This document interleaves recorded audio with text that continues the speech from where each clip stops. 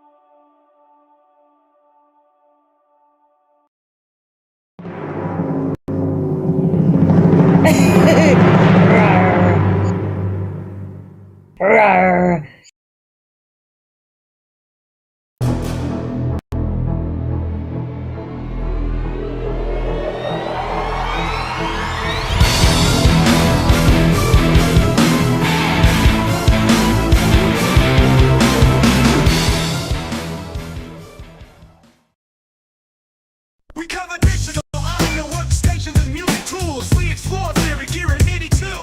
How to arrange, compose, and the art of arranging. Taking a look at AI and how the times have changed. On a PC or a Mac and even with a mobile device, we'll be talking about it all every Thursday night. From software to plugins and synths that entice. Dive deep into tech and let creativity take flight. Talkin' IT. We're talking IT.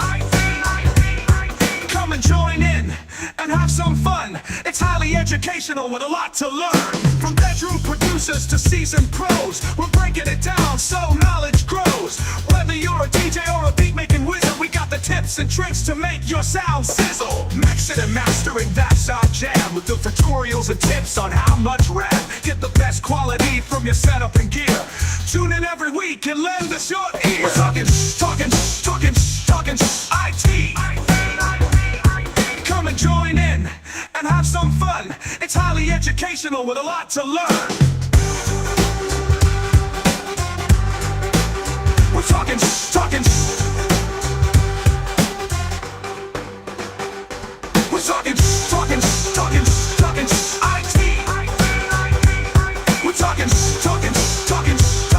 IT. Every Thursday night on Angified.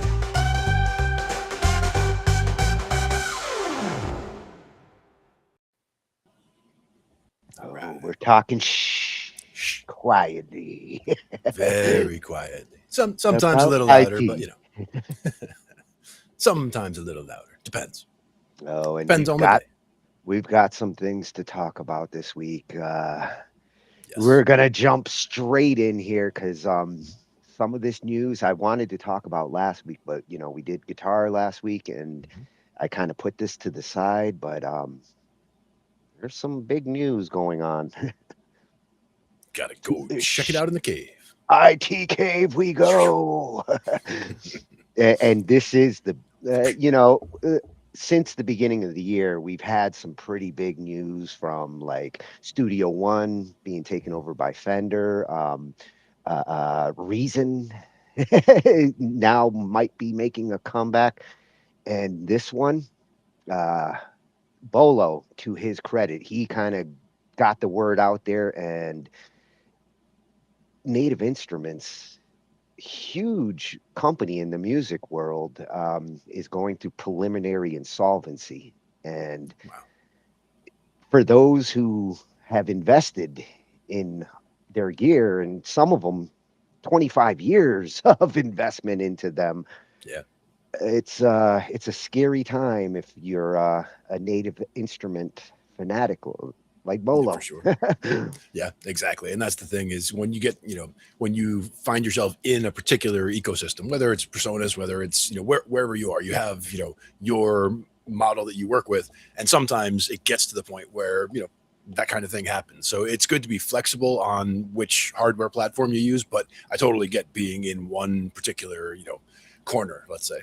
Yeah, well, I think the thing that's of concern there is depending on the equipment that you got from them.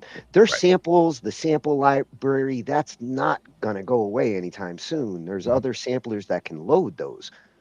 But the equipment was tied very close to the sample libraries and everything else. And what goes on with the support for the equipment in the future?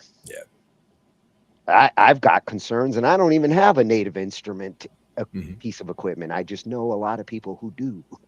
Yeah. And a lot of times when it comes to a situation like that, like if there is hardware that is out there that gets abandoned by whatever company, a lot of times the user community, if there's enough support behind it, if there's enough, avid support behind it, they'll come up with, their forums themselves, they'll come up with the answers themselves, I should say, in the forums. Yeah. And if ever there's a community where you would get that, this would be one of them. Exactly. I'm kind of hoping that, like, another big company, because that would make sense, is that another big company sees the value of this and continues the tradition and the technology. It means there's some good opportunity maybe to get some of that equipment for cheaper, as long as it's going to work in the future. Sure. And that's the trade-off, right? That's what you got to make sure of. Yeah, and he's gonna provide us with some of the information there on this. To me, is the biggest news so far this year, as a big deal in the music world. Yeah, for sure. And another one that I was really sad to see, because you know me with Flash. Uh, I worked at Macromedia. I was on the Flash support team, director team. Um, I mean, Flash itself, the technology has been dead for a long time, ever since iPhones decided they weren't going to use the technology. But the animation side of it, a lot of the cartoons you see, animators never stopped using it because it's so fast and easy to animate with. And it turned into Adobe Animate, and it lived on for another decade. But Adobe put the writing on the wall that they're going to be discontinuing this. And for a lot of animators out there, this is a big deal too. Yeah, absolutely. And again, having your tools, the tools that you've used, day in, day out for so long, and somebody, pulls the rug like that, you do have to, find an equivalent. And that's the question: is, are there good tools for that out there that are available? In the animation world, there are, but unfortunately, it's a big learning curve. It's just like switching DAWs sometimes. If the interface is drastically different, the tools are different places. Yeah.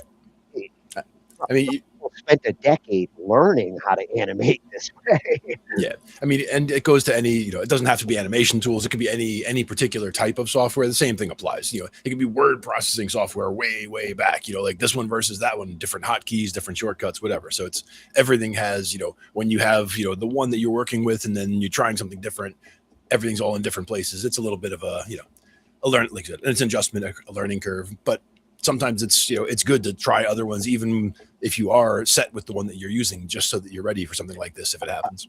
That's why it doesn't hurt to have a backup technology in some cases. When it comes to Adobe, certain tools, they're like your de factos. For me, Photoshop, there is no other image editor. It is my tool. But something like this, it's been a long time coming. And because the tool was so powerful, it managed to survive all this time. But I think Adobe's realizing that they may not be the kings of the animation world anymore. That's why they're moving away from it. I mean, they could even see what AI is doing right now, because, any of us could just go, type in a sentence and get a small, script that used to take literally weeks of a team to do, Yeah. And that could be part of the reason why they're backing away from this. They're seeing AI do something that seems so much easier, but at the same time, just like I don't want the AI to write my song, I don't want it to necessarily animate my animation. I want control of those objects. At the same time, I could see someone being concerned that, about putting all their eggs in that basket of, hey, we're going to make the software that, could be at least partially replaced by AI. Yeah. Yeah. Which could be anything. I mean, literally anything, almost anything could be replaced by AI that isn't, actual, coming up with new ideas. Yeah. Then we're going to shift a little to hardware side. Last week we looked at that mic that was designed for miking a cabinet nice and easy.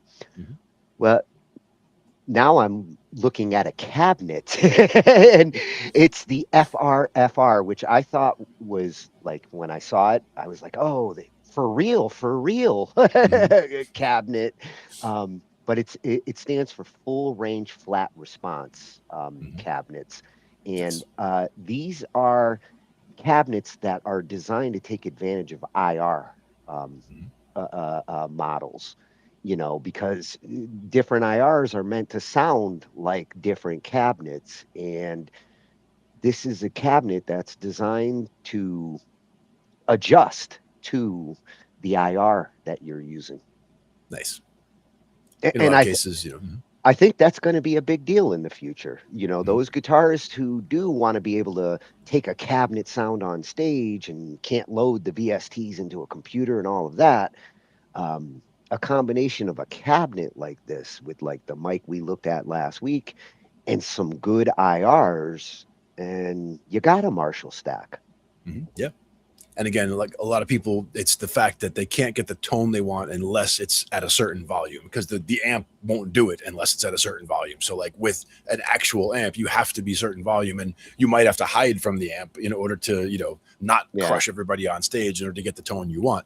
But using the IRs takes you around that problem, and then gives you the full control of the actual volume. It's like having better control over the master and the gain on an amp, and being able to decide how much volume do I want and how much extra signal do I want. There's a difference there. So Yeah, well, I think if you're mixing your technologies here between something like these modelers and these cabinets, and maybe that's that microphone from last week, you got a good situation here for the future.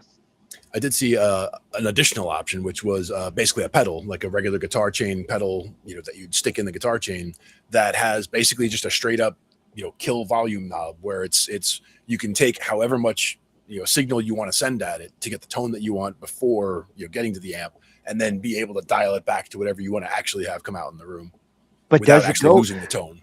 But does it go to 11? It takes it from 11 down to 4, 3.5, or up to 9. You can have a lot of control over it, and that way you're bringing a lot of your control close by, and not having it affect your tone or your sound so much as just affecting your presence or your volume.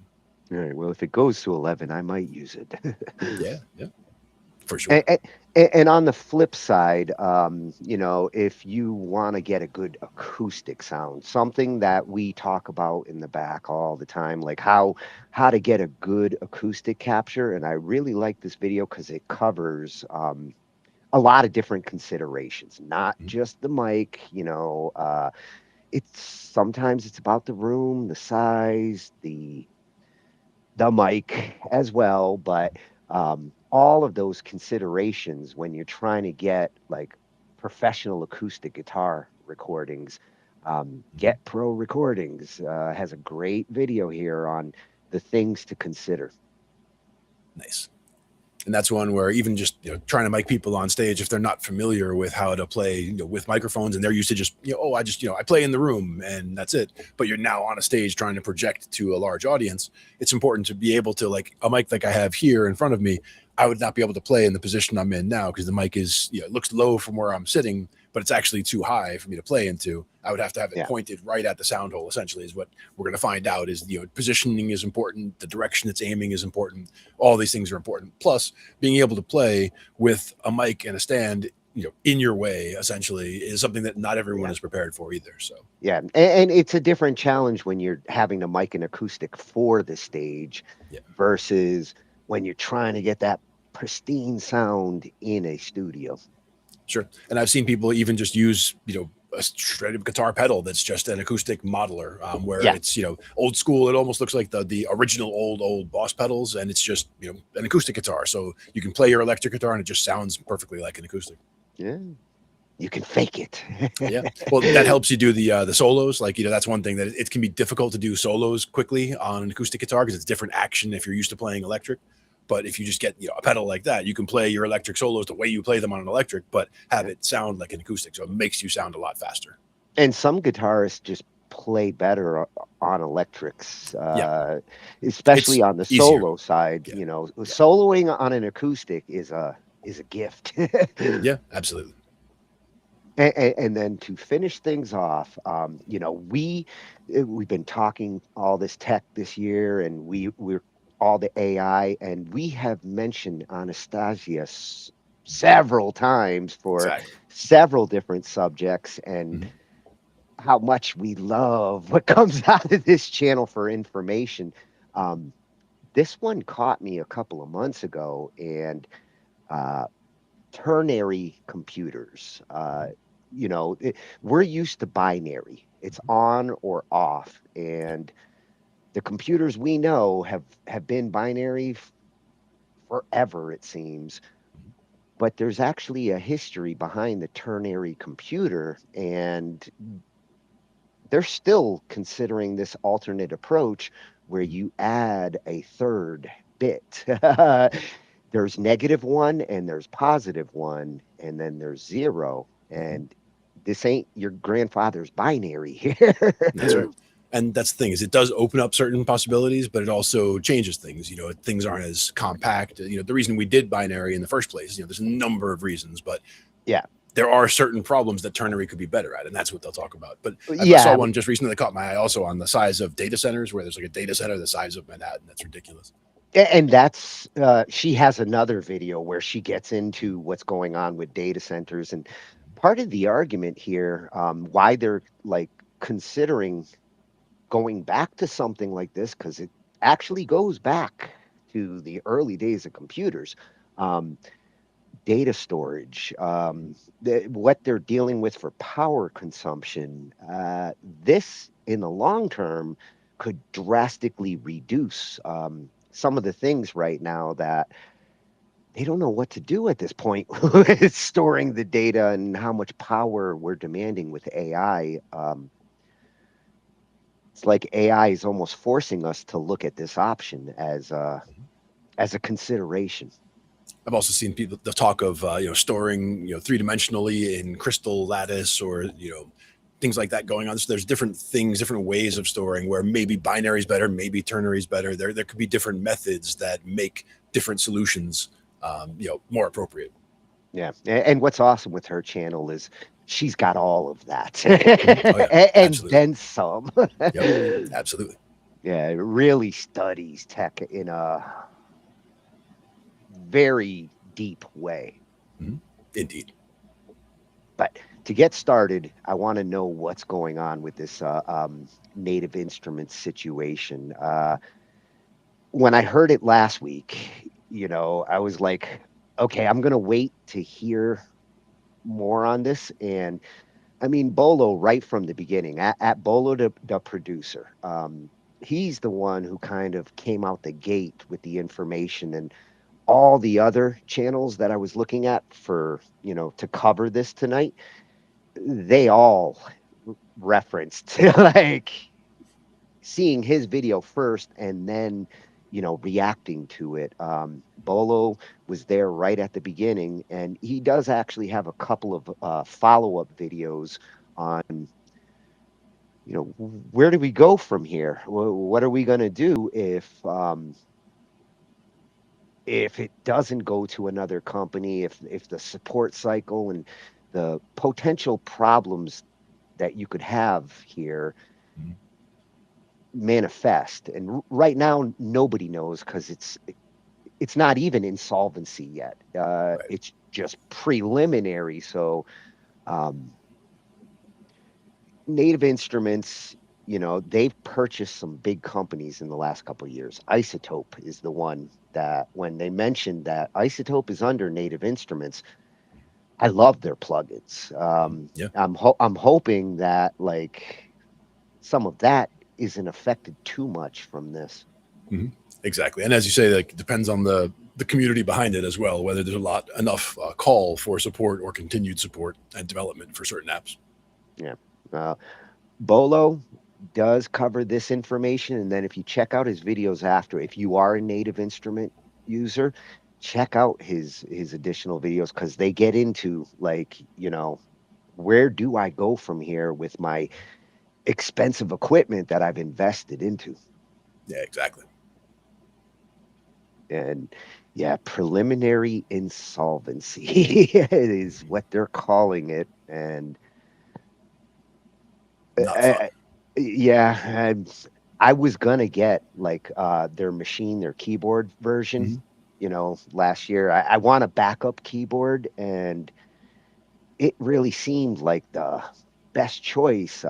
Colseth got one of the machines, and I really hope that this ends up for the better, not for the worse. Right. And that's the plan, is like they're trying to turn it around, I'm assuming, is what they're going to do. Well, recognizing this money problem early. I mean, not super early. I guess they've been having money issues for a little while now, but nobody knew it. It was a surprise to everybody. Everybody thought, damn, Native Instruments must be rich with all this stuff. And with all those acquisitions that they did, they might have spent more than they had. Yeah, let's see. All right, breaking news. Just got the news just now from one of my subscribers. And man, is this the end of Native Instruments as we know it? They just filed for early stage insolvency. And this is pretty much the stage right before bankruptcy. So let's talk about it.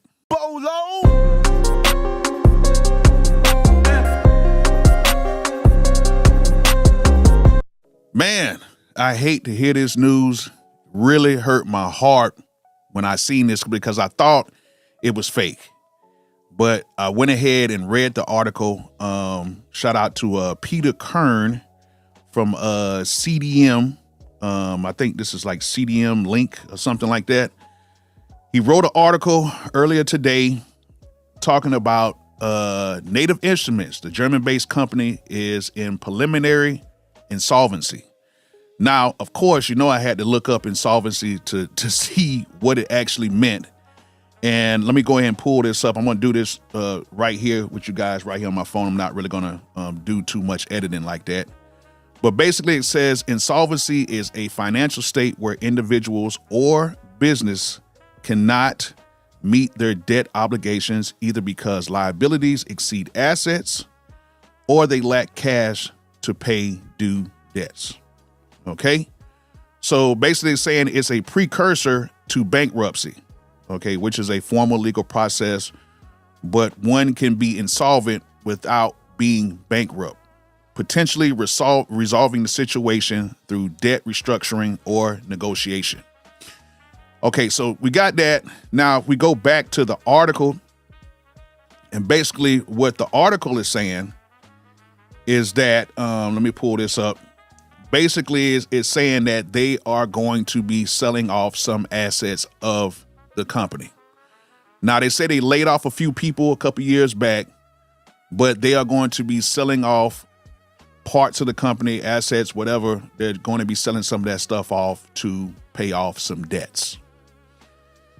And man, it really hurts my heart because I've really been riding for Native Instruments and I was hoping that things would get better with Native Instruments. I never knew that this was even going down. This is even news to me. That's why I'm bringing it to you guys right now. But it's sad to see this news because of all of the stuff that they've been putting out for these years. And now everything is now starting to come to a realization,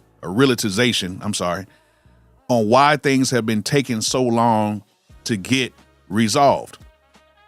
Why there hasn't been a new machine. Why it hasn't been a new machine plus. Why the keyboards are not working the way they need to work. In a sense, as somebody that was really riding hard for Native Instruments, in a sense, I feel a little bit cheated a little bit. I ain't gonna lie to you because this is something that I could have known about and I could have prepared for this or could have prepared you guys for this, but it's kind of crazy right now how this whole situation is going.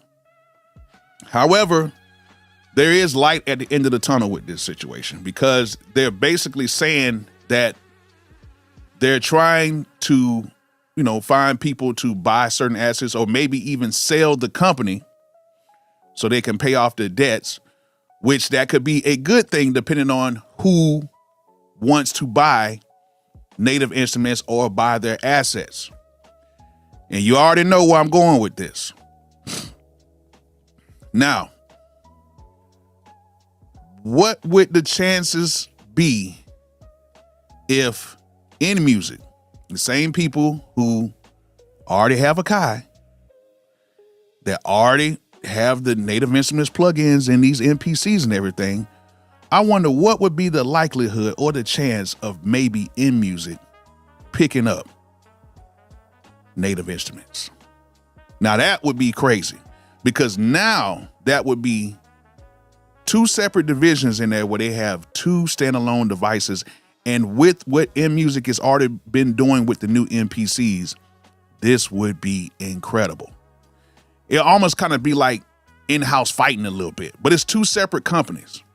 Would they buy the company and just roll it all in one into a Kai or something like that, or M-Music, or would they keep it two separate companies? And me, if, I'm not saying they are, but if M-Music buys it, I think they should still keep it as two separate companies, but cross-platform certain things, you know, just like how they're doing right now with the Native Instrument sounds in the MPC, okay? But that's just a theory. I'm not saying that it's going to happen or anything like that, but that would be very interesting. But I would still like to have a new machine. I still would like to have a Native Instruments division like that, okay? I would still... well, I wouldn't keep the same people doing development because they've been taking so long to do that. So I don't know. It might need a whole new restructuring, just like how they're saying right here. But there is light at the end of the tunnel. I don't know what company will buy them. I don't know if there's another firm out here that would take on the debt or whatever, which there is a lot of firms out here that will take on that debt. They do have enough money to raise up cash to pay off the old debts and to keep things going. But I'm just hoping and praying that they do not go bankrupt. I'm hoping and praying that this will not be the end of Native Instruments. But as of right now, the way they're talking about this is kind of crazy. Now, the good thing about it is they're not shutting anything down. The site is not shut down. They haven't completely stopped all operations and all that stuff like that. They haven't did that. So that's still a good thing. That's still a good thing. So they're still doing things and they're still operating and they're still looking towards the future with Native Instruments. But as of right now, it looks like they're going to be sold at some point. Now, they have been under operation with another company since 2021. They was with the Francisco Partners. They had a major stake with them since 2021. And then the crazy part about it is it's not just Native Instruments. You got to think of Brainworks, Plugin Alliance, and everything else. Like, you know, all the software like Tractor and all this other good stuff. It's a lot of stuff that's going on with this situation. And I'm just hoping and praying that they do not go belly up. I hope they don't go bankrupt. But we're going to see what's going to happen with this situation. I'm actually going to leave the article. I'm going to leave the link of the article in the video description. And so you guys can read the whole article. This is the article that I got. I'm going to leave that link in the video description. I already have it in my X account / Twitter account. I already have that link to the article in there. But man, what do you guys think about this situation with Native Instruments? Should M-Music step in and pick it up? Or let me know some other companies that you think should probably step in and acquire Native Instruments and all the other stuff, because man, this is crazy. You got Ozone, you got a whole bunch of stuff, man, that's over there, and all of this stuff is going to be affected. So y'all let me know of some potential companies that, you know, like some umbrella companies that, you know, that are out here that could possibly save Native Instruments from going belly up. So I'm going to be looking into this. I'm going to try to get more details for you guys. Might do some lives and stuff like that on it. But how do you Native Instruments people feel about this? Are you guys angry about this? Or do you guys feel optimistic about this? Or do you feel a little slighted, a little cheated? Y'all let me know. So I hope you guys enjoyed this. I hope you guys may have learned something from this. And like I always say, peace out. Oh, I understand why he would feel a little slighted. Yeah, I can see that.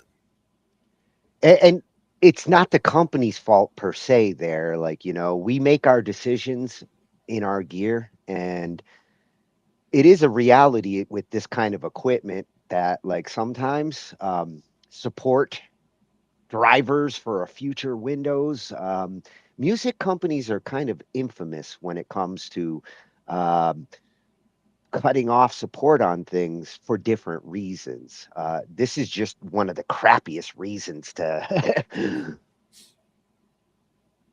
And that's the thing is, it can happen for any number of reasons, like you said, but even if it happens for bad reasons, it's still something that's going to happen. So it's good to understand, the path forward, whether it's, going to different hardware, or whether it's figuring out the support path going forward and finding the community for that. There's always, options. Yeah, the tricky thing with this is it isn't just a hardware thing and it isn't just a software thing. It's both, and massive amounts of software and hardware that are affected. And sometimes mhm. Well, if they're selling off their technology, which sounds like that's the road they're going to go down to avoid bankruptcy, they're going to sell what they can to pay off the bills, but then what's going to be left after that? Right. And that's the question is, will there still be active development and all that kind of thing, or does everything stop? I mean, these questions would all need to be answered in the time going forward, but it depends on where the situation is. Another thing about it's not always the company's fault, as you said. Sometimes it is just purely timing. I mean, I don't know the whole situation here, but sometimes it is just the timing of the market. Like you invest, as you mentioned, by acquiring things, if they acquired something at just the wrong time where they, acquired this and then started leveraging it, but then something else came out, to make it obsolete before it came out even, that kind of thing does happen in industry. And it can be a problem. I think a big reason why this was a surprise for guys like this, the acquisitions that they made were great ones. They were big deal at the time, and it didn't seem like this was a company that was needing to look at their books. It seemed like they were in acquiring mode. Like, we've got all this money, let's bring in more technology. And they really did get. Isotope is a big one to be affected by this. Yeah, that's the thing. And we'll have to see how it all shakes out for sure. And when you think about it, when they acquired Isotope, it was at the peak of the Isotope technology. They were getting out there. I mean, I use several of their products because they're the best on the market. Yeah, exactly. That's how fast the story can change. Yeah. And on the hardware side, it reminded me of a couple of different times, like M Audio. I invested a lot into M Audio controllers back in the mid 2000s, and they went under within a year after my last purchase. I mean, I have like 3 different controllers. When they went under, again, drivers for future Windows non-existent. Thank God that they at least got to Windows 10, because that's where I need drivers. Exactly. And again, the actual communication between the device and the machine isn't that difficult, but it does need to be compatible. It does need to talk. Yeah, the other one that it reminded me of, back in the 90s, when Roland took over Boss. And, in that situation, it actually turned out to be a benefit. Like, bigger company, very solid company, took over one, and now it's a division instead. Yeah. And they didn't destroy the technology. They didn't change what Boss had already been. They simply continued the tradition there. Exactly. And that's the important thing is, how it is shepherded from there, like how it is assisted through this process. Yeah. And whether it is the vultures who rip it apart, or whether it is, kept together by the people who want to keep it together and pushed forward. Yeah. Hopefully whoever does acquire some of this technology isn't looking to get rid of their competitor. They're looking to utilize this kind of technology in what they do. Akai would be a good candidate here to take some of this technology, their samplers and their sample approach, incorporate that into their gear, and actually that would be a great situation. Yeah. It could be, a totally new piece of gear at the end. If it can load those awesome samples that they have into the Akai gear, it's part of the reason why I wanted the Native Instrument gear. Exactly. Get those libraries. Yeah. So it's massive. I think that's one of their pieces of equipment. It's called Massive, and their sample library is one of the biggest out there. Exactly. It More hard drive space. yes, I'd like a place to put all of those. Exactly. So Dedicated spot. that was at Boda Producer, freshy channel for us, not for me. I've been to his on my YouTube, but now he's part of our YouTube lineup. So awesome to have you, Bo. I'm going to be keeping up on this. I have multiple friends that this affects, and hearing the news, I felt like him, a little bit scared, like, oh no, this is a big deal, and going to try to stay positive about this. Yeah, and that's the thing, is trying to stay positive and just trying to see if they're going to be able to work through it, because it doesn't all have to be doom and gloom just because they're making this announcement. They're like you said, they might have caught it early enough to be able to make some positive changes out of it. Yeah, We'll see. and you know, he's a 13-time platinum producer. He can adjust little easier than some of us little guys. Yeah, for sure. For sure. Yeah, great information, Bo. I wish it was under different circumstances, but you covered it, and you covered it the best. Yep. Excellent. And that's his website, at bodaproducer.com. Check him out. And now the other one that saddens me, and this one hits me more than it probably would for most people, but this is software that I started my programming career with. I learned how to animate with. I watched it go from Macromedia to Adobe. I watched Apple kill the technology, and now, how long did it take you to paint all the individual frames on the cartoons, like with the paints? Like a long time? actually, the beauty with the Flash approach and with vector art is you're not really dealing with pixels. You're dealing with shapes, and that's why it works so good as an animation solution. You're not overtaxing the computer with frame by frame rendering. You're mathematically moving things around. Change this to that a little bit. Yeah, and go from here to here. Yep, exactly. And this is also a gaming channel, so on our gaming nights, we will be back for more, but at Games from Scratch. And considering what Flash used to be at the beginning, it was a gaming engine. If web games all used to be done in software like this, and a lot of modern cartoons use this software. You go watch on Adult Swim and some of the cartoon channels, a lot of those cartoons are actually using this software. Exactly. So it is kind of a big deal, and considering it's Adobe, one of the biggest software companies on the planet, and they're going through a lot of changes over there. I know that like Premiere and Photoshop are safe, but everything else right now, Adobe's like consolidating, refining, shaving off software that they don't feel there's a market for anymore, which ironically Apple is scooping up with that creative library we looked at. Yeah. So, you know, the big companies out there are moving and shaking.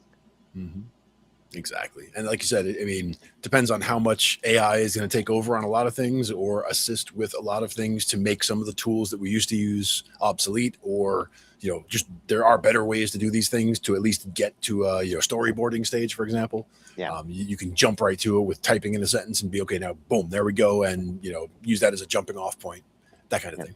Yeah. And Adobe has incorporated AI into their products. The Firefly engine has become very popular. But I guess in this particular product with the animation, they feel like it's better to step aside and let the market find another solution. Yeah. So we'll have to see. Game from Scratch is going to give us this sad news. For me, it's sad news. Hello, ladies and gentlemen. It's Mike here at Game from Scratch, and we are at the end of an era. Flash is finally dead. Now, you may be thinking Apple killed off Flash years ago, but the thing is, Flash lived on in the form of Adobe Animate. And now, well, Adobe Animate, everyone's favorite company, Adobe, they've decided to kill one more tool. So this is the last vestiges of Flash. It started life as Future Splash, I think it was, and then it was picked up by Macromedia, turned into Macromedia Flash, and then back in like 2015, Adobe bought it and turned it into Adobe Flash, and then eventually Adobe Animate once again. The Flash runtime got killed off. And this is a very instrumental program still to this day, as I will illustrate in just a second. But first, let's get to today's announcements. Announcing the end for Adobe Animate. Thanks for bringing your ideas to life with Animate. Starting on March the 1st, 2026, the app will no longer be available for purchase. Existing Animate customers may continue to use the app. Support will continue for enterprise customers for 3 years through March 1st, 2029. For all other customers, support will continue for 1 year through March 1st, 2027. In the future, check out Adobe After Effects for complex keyframe animations and Adobe Express for one-click animation effects that you can easily apply to photos, videos, text, shapes, and other design elements. So that is the announcement. And you'd be wondering, okay, who the hell is still using Animate at this point in time? Like, Flash was all about Flash animations, right? Well, no. It was also used to make a ton, and I do mean an absolute ton of feature films. So you can see here, we've got, going back, this is from, again, a Wikipedia article, not my source. So if there's something wrong here, blame Wikipedia, not me. But you can see here, titles that were made using Flash, there are an absolute ton of them, going back to the, again, the early aughts and on, right up till this day, including Cheech and Chong's animated movie. On top of that, you know, a number of Disney, Netflix here, we've got Mattel in here as well, Hasbro Studios, Studio Canal, and again, Netflix, Nickelodeon used it quite heavily. Warner Brothers, like Teen Titans Go versus Teen Titans, you can see here. Phineas and Ferb, things you've definitely heard of, were being created using this, including Tupi and Binu, the movie. Again, as a Canadian, that one really hits hard. On top of that, we've got a number of other films here. I don't know why they're broken into a different category, but you may have heard of South Park. As an example, we go down here, On and On. It was used to a certain degree for the ending credits, for example, in WALL-E. So this is used for a very specific subset. But as you can see here, again, right up until 2025, there are titles, big titles that you have definitely heard of that are still making use of Animate. So these seem to be, I guess, full films that were made using it. The other ones are aspects of a film that were made using it. So this has a huge following in the animation world, and now it is gone. Don't worry, though, I will be showing you some alternatives to it, but first let's go through the Adobe FAQ on the discontinuation. So again, same thing we just talked about, closing it down on March 1st. You'll no longer be able to purchase it. Why? Why are they doing this? Animate has been a product that existed for over 25 years and has served its purpose well for creating, nurturing, and developing the animation ecosystem. As technologies evolve, new platforms and paradigms emerge and better serve the needs of users. Acknowledging this change, we are planning to discontinue supporting Animate. Now, I saw a lot of articles on this basically saying that it was actually Adobe's push into AI that was the purpose or the animus behind this decision. I don't know if that's the case, but that seems to be the narrative that they're going with, and that would fit Adobe's MO for sure. When will it take effect? We already have those details. What other products do you recommend? Interestingly enough, they recommend a number of Adobe products, which I'm going to recommend a lot of non-Adobe products, so don't worry about that. But they suggest you transition over to Adobe After Effects, do keyframe animations using the Puppet tool, Adobe Express for one-click animation, and Adobe Express is definitely not a replacement. I haven't used Adobe After Effects in a long time, so it may have evolved its tool sets to include most of what was in Animate. I haven't actually used it in a while, so I don't know for sure. I got some more details. You'll still be able to download it until March the 29 for enterprise customers. All other customers will be able to download it until March 1st, 27. So yeah, that's it. They're end-of-lifing Adobe Animate. So alternatives. One of the ones I recently covered on the channel is Friction Graphics. This is free and open source. This was spawned by Envy, ENVE, which is a very similar project that was kind of left to rot. This one has one of the highest potentials in my opinion. It is a very cool application, and I recommend you go ahead and check that one out if you haven't already. Another one out there is OpenTunes. This was spun off, I believe, from so the Toons software developed by Studio Ghibli, which apparently I say wrong every single time. But this is an open source effort for the animation software they use for their productions. We've got Toon Boom. This is very popular in the commercial space, an all-in-one animation solution there. They actually have a number of different products, so it's not a singular product, but I think it would be mostly Harmony that you would be interested in.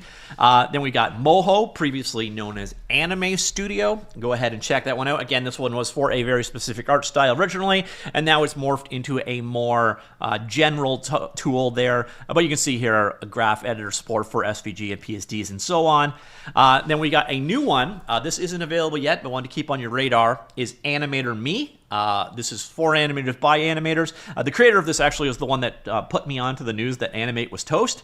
So you can go ahead and check that one out. Which hopefully, I will cover this once more details are available, once there is a public release. But the public release is coming later in 2026. So you can see active development and the early release is planned for 2026. So do keep an eye on that one there. Then we've got Rive. This is a pair of products, basically. So you've got the editor as well as the runtime. You also now have a renderer that you can actually embed in your own game apps. So you can use Rive as your game UI runtime as well. But you can see here, this is probably one of the most polished options out there. And if you're willing to spend money, it's probably another one I would highly recommend you go ahead and check out as a direct replacement. Of course, you got Blender as well. A lot of people don't think of Blender in this regard. And for vectors, maybe a little bit less so. I'm not actually sure what Grease Pencil is using there. But when it comes down to the 2D side of things, there is a ton of functionality in here for 2D artists. You're ultimately still using a 3D tool, but that actually just gives you more power. You could ignore all of that and just use the Grease Pencil side of Blender for its animation. Of course, you've got all the rendering, the compositing, and all that else in there as well. So it is a surprisingly capable 2D animation platform. And then we have Wick Editor. This completely runs in your browser. It's free, open source for creating game animations, everything in between. And again, you can run it directly in your browser, or you could go ahead and download it as well. Their website is a little unappealing, but it's more on the simple side. But if you just need to make web animations, it could be a one to start with. Then we've got Synfig Studio. This is an open source 2D animation software as well. Again, using vector styles. You could also count something like Krita in this, but that is more of a raster package. But it does have onion skinning, timelines, rendering for motion graphics, that kind of stuff. So it would qualify as well. But Synfig is more about the vector side of things in there, although you can mix in raster as well. Another one is Tahoma 2D. Again, powerful, free, and open source software for 2D and stop motion animations. So you can get an idea of what it's there. They're doing their comparison against OpenToons. Again, another nice option for being free and open source. Then somehow I have Moho again. We'll just pretend that isn't there.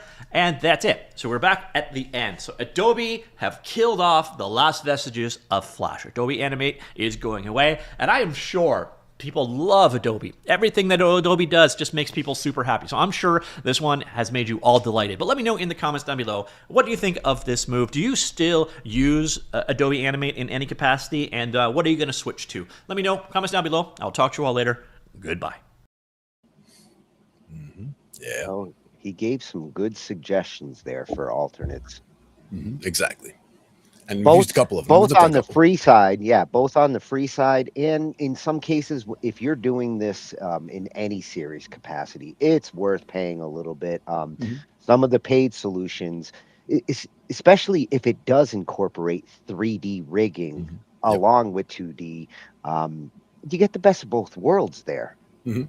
Exactly. And if you're not dealing with the 3D stuff, you can just ignore that part of the tool set. Yeah, it's not like the 3D stuff really gets in the way of 2D animation. Exactly. If anything, it should make the 2D animator think more creatively. Some of those movies that he mentioned that had used Flash and Animate, that's the difference between South Park flat and South Park three-dimensional looking. Yeah. And it's a big difference. Yeah, Simpsons did it too. They had an episode about it. Might as well. Yeah, and some of those alternatives that he mentioned there, I checked out some of them in their earlier names. One of them, he said Animation Studio. That one goes back a while, and I did play around with that in the mid 2010s, because Flash was not getting the kind of appeal on the web that it used to when Jobs decided that, like, iOS, no Flash. Yeah. Sometimes they bring the hammer down like that. Yeah. But it's more the animation techniques that will survive. Animators have changed the way they do things with modern animation software, and in a way, it's probably a good thing that some of these animators who were still using Adobe Animate, which I'm going to be honest, I stopped using it when it became Adobe Animate because there were better solutions. These are animators having to go look at alternate approaches may find that they have more options and better tools now. Exactly. And as we said, things are opening up a lot with AI also, where, you may be able to use combinations of tools plus some AI things. Yeah. See Yeah. how things go. The one thing that's kind of a kick in the balls when Adobe says, well, just go use After Effects. Yeah. If you're an animator, especially like 2D animation, the reason why they would use something like this, they don't use After Effects because that's overkill and way more complicated and CPU heavy, and you're dealing with vector graphics here. You don't want to go into something like After Effects where, yes, it can animate, but it'll eat your computer up doing it. It's like, yes, it can, but would you want to? Yeah, yeah, and for them to say, "Oh, well, Adobe Express, the one-click button animation." No, that's not the kind of animation control that, like, I would be looking for. I don't want Exactly. one-click solutions. One-click solutions don't let me customize. And that's what we need is customization. Yeah, yeah. I don't know who's in charge over there at Adobe, but I'd really like to talk to them one day. Exactly. So, at Game from Scratch, channel devoted to game development and web games especially is an awesome topic. I will visit for that kind of information. Nice. Yeah, And for the young people in the audience, what is that blue thing in the icon there, where it says GFS, Games from Scratch? Oh, you talking the floppy disk? They probably don't even know what that is. I remember those. Yeah. Please insert disk 32 of 47 or whatever for Are you Windows kidding? install. My Commodore library backup took 300 floppies. And you know me, I can't just have one backup. So 300 times and then 300 more. And if one disk goes bad, is that whole collection gone? That's why I would do it twice, because the chances of two of the same disc being bad is It's still pretty high after a long enough time. I'm not saying it didn't happen. I'm just Yeah. saying it happened less likely. But yes, having the whole backup where the whole thing or nothing at all, that's rough. Yeah.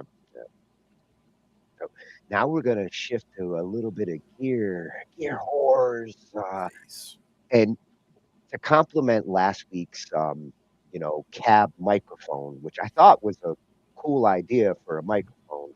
I like this idea too of a cabinet that's designed for flexibility. Like IRs are definitely a real thing nowadays. There's some great ones out there that simulate different cabinets, different mic placements on the cabinets, and you don't have to lug that stacked on the stage to sound like you brought it on the stage.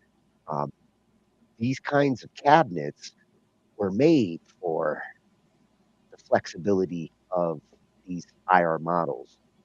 They can deal with too much signal. Yeah, and this is a freshie channel at Barefaced Audio. You see a lot of coverage here on. We should have brought him in for last week's guitar night. There you go.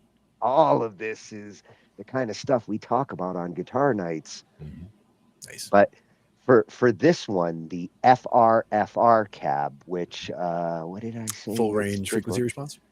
Full range flat response. Flat response. And their goal was to not just cover that, but to give it true sonic accuracy. And try to get the full signal through, the full tone that you're looking for. That's a worthy goal for a cabinet.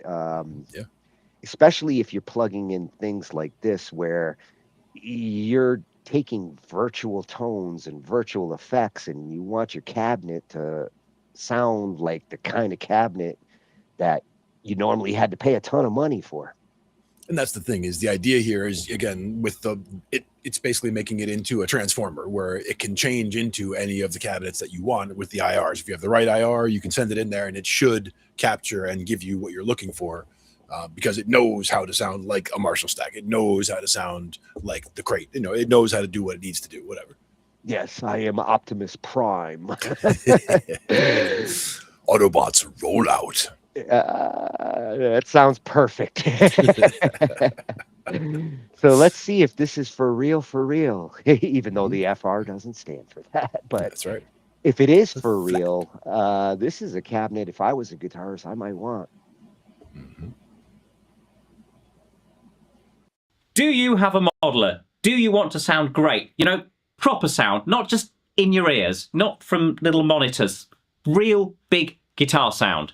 We have the answer. It is the Reality Activier. This is an active FRFR cab. It happens to have a 12-inch speaker, but that doesn't really matter because it's FRFR. So it's just trying to sound like it doesn't have a sound. So you can then apply whatever IR you want to get the feel and vibe of the speakers you like in the room. And you can have a mono one or you can have a stereo one. Now the stereo one is a mono one until you plug another cab in. And ideally, if you want a really great stereo sound, you plug in the matching passive Reality. If you already have an amp that you want to use for your FRFR solution, so when I say an amp for that, I mean like one of those power amp pedals or one of those rack power amps, so there are some nice valve ones of those that people use with FRFR, then instead of the Activier version, you can go for the passive one. We have a passive one over here. They look the same from the front. They also look the same as our Reformer guitar cab, which has a conventional 12-inch speaker, but they behave completely differently because there is a coax 12 with a tweeter in the middle of it at the front. That has one crossover, dividing the sound between the 12 and the tweeter. Because of our ABD design, which takes the mids and highs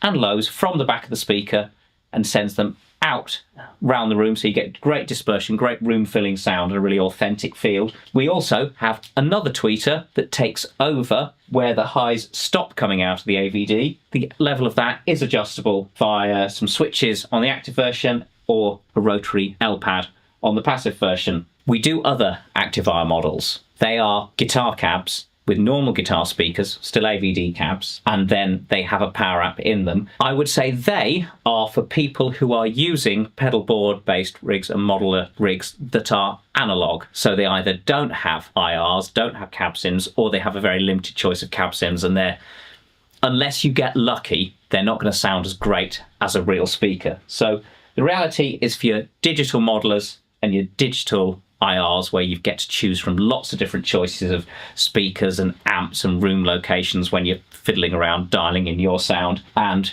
you may then want to switch through a gig or between different bands, different genres you're playing, that sort of thing. So it is a one-stop solution, mono or stereo, one cab or two cabs for mono stereo. And we even have more options for going louder and stuff like that. But if you want to understand stuff that hasn't been covered in this video, just email us. We are a small company, it's a small team, we make everything by hand here in the UK, and you deal with us directly. So it's a very different approach to everyone else who's got retailers and distributors and manufacturers and people who do marketing and stuff. It's just us. There's just a small team. We turn up in the videos, we design stuff, we play instruments, guitar, bass, drums, whatever. We sing, we produce, we engineer, and we have jobs designing and building and selling and, fixing occasionally. It doesn't happen very often because thankfully we make stuff that works and lasts for a very, very long time. And we sell directly to customers all over the world. We sell more overseas than we do in the UK. So it's going out across Europe, North America, and beyond Australia, New Zealand, Taiwan, China, Japan, India. It's a long list. but all direct from our little place in Brighton. If you are new to us, there are various reviews online of the Actifier. There's more and more feedback coming in about the reality and what it can do. So, yeah, check us out. We'll have links in the description to the reviews and documents on how to plug these in and connect things up. But as I always say, if you're stuck, just email us. We have the answers. Is that enough?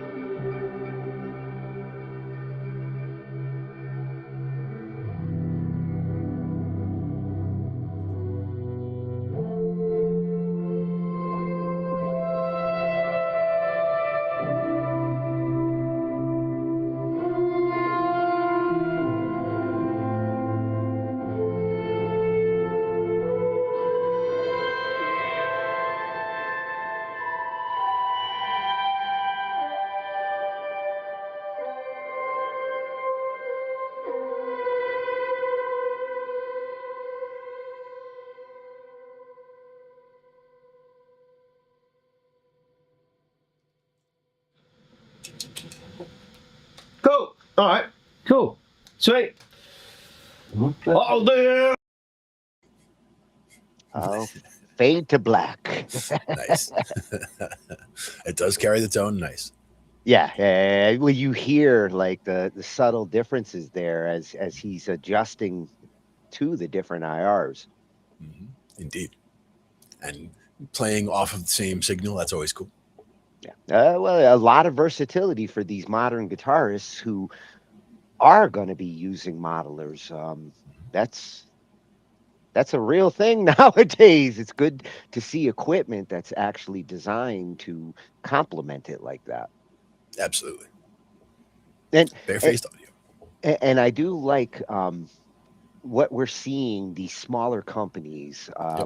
In some cases I feel more comfortable going. You get better like passion to the product, commitment, customer service. A lot of times when you're going with these smaller companies like this, you get special treatment. Exactly. I feel the same way. Yeah, we saw a little of that with the Shark guitars, Yeah, exactly. last The other day. week. And Yep. like these up and coming companies, they're committed to their cause and what they're innovating here.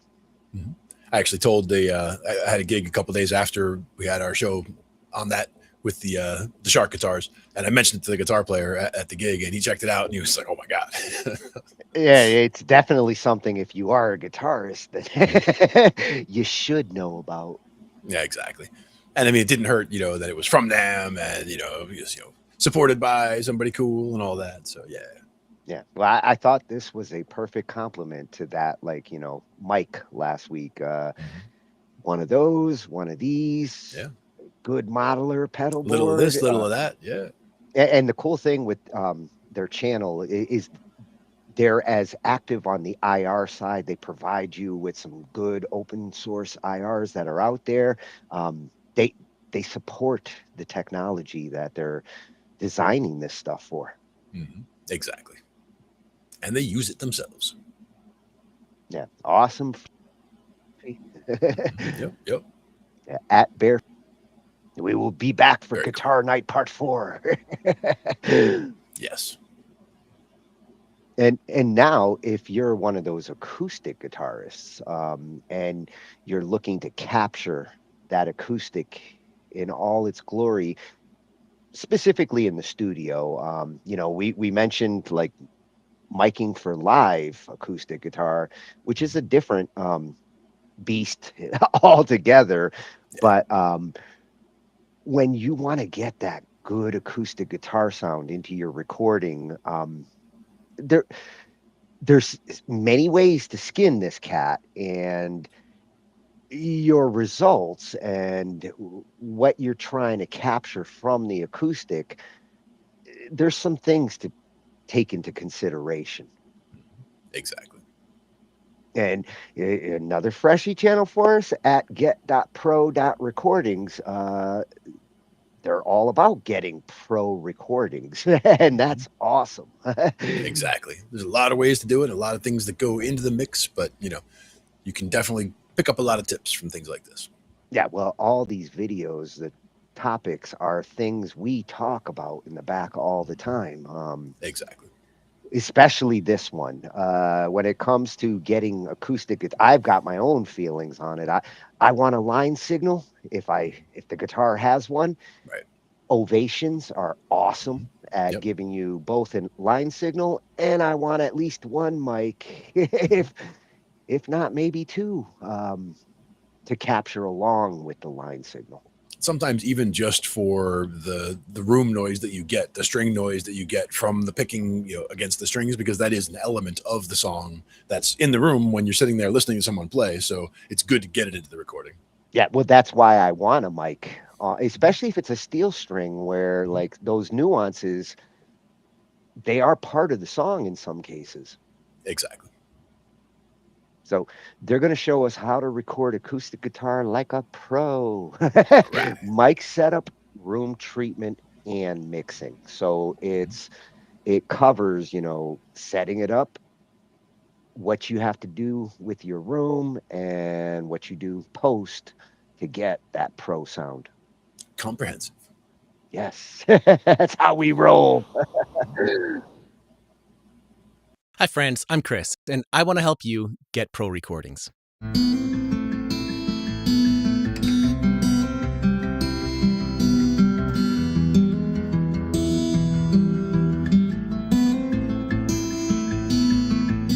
In this video, I'm going to show you how to get your acoustic guitar recordings to sound like that. We're going to look at different microphone placement options and do all the post-processing to get that finished, professional quality sound. So the first thing is, well, you need to have good room acoustics. You can cheap out on your audio interface and on your microphones and still get great sound quality, and I'm going to demonstrate that in this video.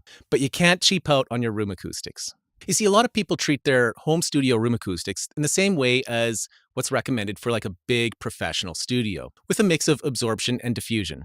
But you can't do this. Well, you can, I guess. I mean, I'm not your mother, but I would like you to accept me as your coach. And as your coach, here's my advice. Home studios are generally a lot smaller than the big professional studios.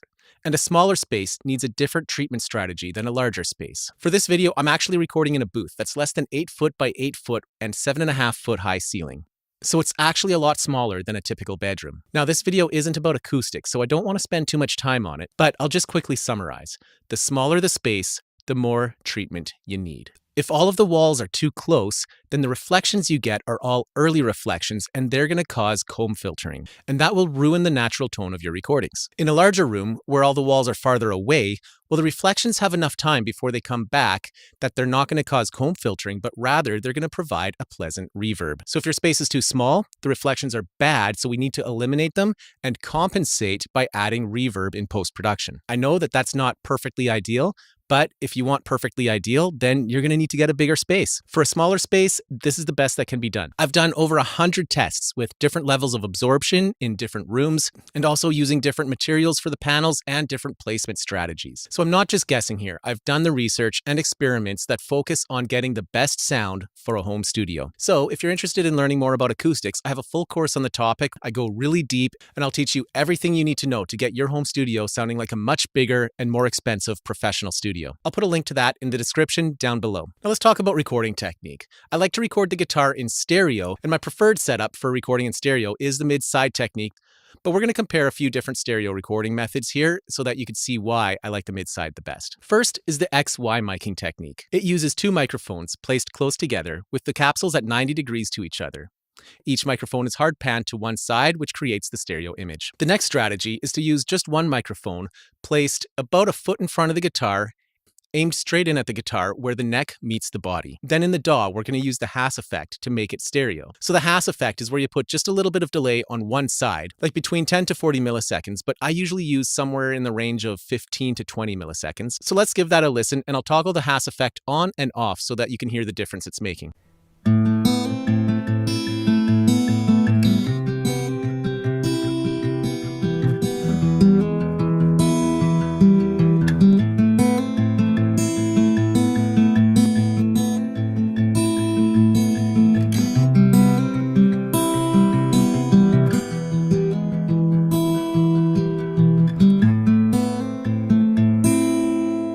And here's how the mid-side technique sounds. But I add my own little twist to it. So my method is a little different than what you would find if you were to Google mid-side technique, because the mid-side technique tends to have a lot heavier of bass on one side of the stereo field than the other. So I have this little technique that I do to balance out the bass so it sounds like it's in the middle.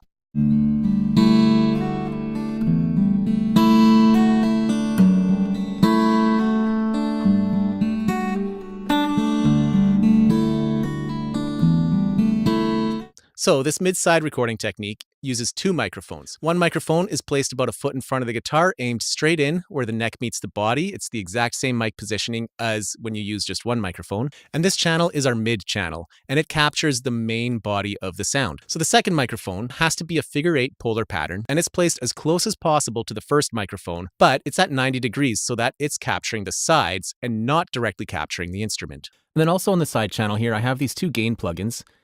Now, the purpose of these isn't for gain, although this one here, I do have 18 decibels of gain. That's a lot of gain, but that's because this ribbon mic has such a weak output. It barely captured any signal. It needed a lot of gain. Here's what it sounds like just by itself after the noise reduction.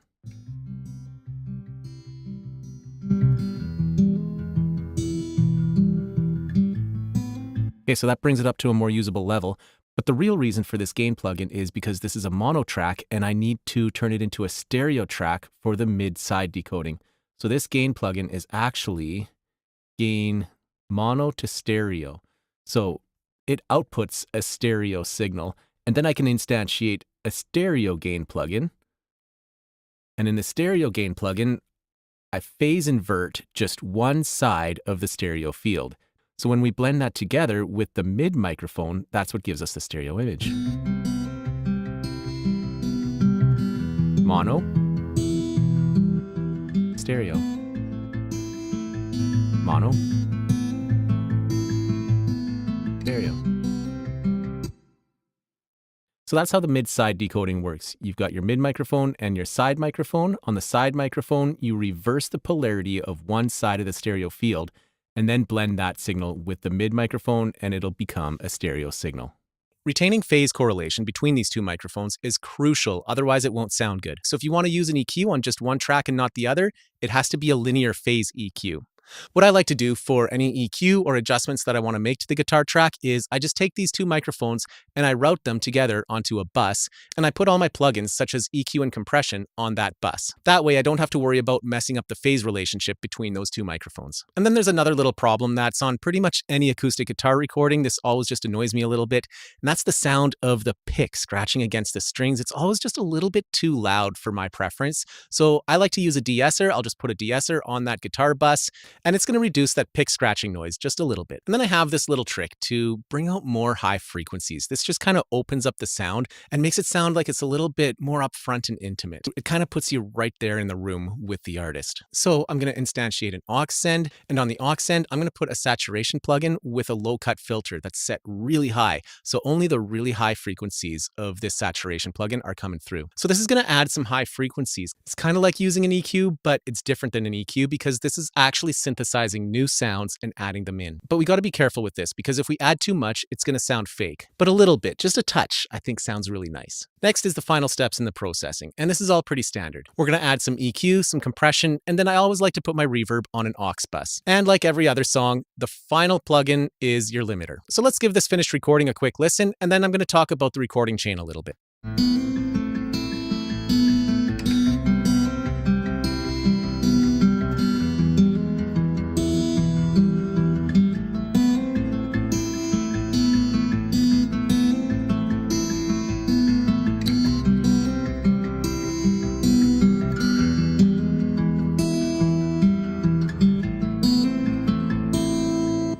So for microphones, on the mid channel, I used a Telefunken TF11 FET. This is a large diaphragm condenser, and it's one of my favorite microphones. It has a really low noise floor and a really nice natural sound. And for the side microphone, I used a Golden Age Projects R2 Mark II. The reason I chose this microphone is because it's literally just the cheapest figure 8 microphone that I could find, and I wanted to demonstrate that you don't need anything fancy for this figure 8 microphone. I actually wanted to use a Behringer C3 for this, which is dirt cheap, and I'm pretty sure it would have sounded just as good, but I'm located in Canada, and Behringer doesn't have any distribution in Canada, so I couldn't find anywhere in this whole country where I could buy one from. And for the mid-channel microphone, now I'm using a rather expensive microphone here, but there are some cheap microphones that work really well. Not all cheap microphones sound good, but I've got an ISK Vibrato. This thing is dirt cheap, and I think it sounds amazing for its price, but I'll let you decide. Let's do a comparison of how it sounds compared to the Telefunken TF11 FET.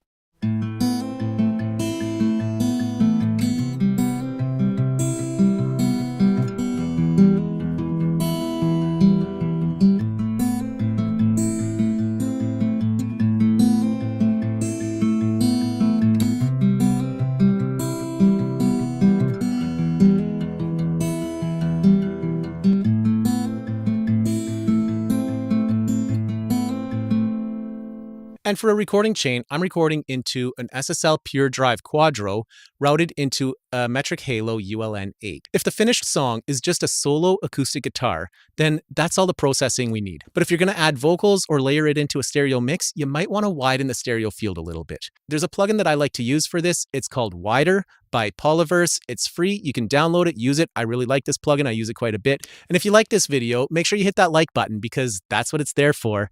And if you do want to accept me as your coach, I've got a Facebook group. You're welcome to join it. Ask me any questions you want. It's called Get Pro Recordings. So if you want, you can check out the other videos on my channel and hit subscribe and also that little notification button if you want to stay up to date with all my new videos that I'm releasing.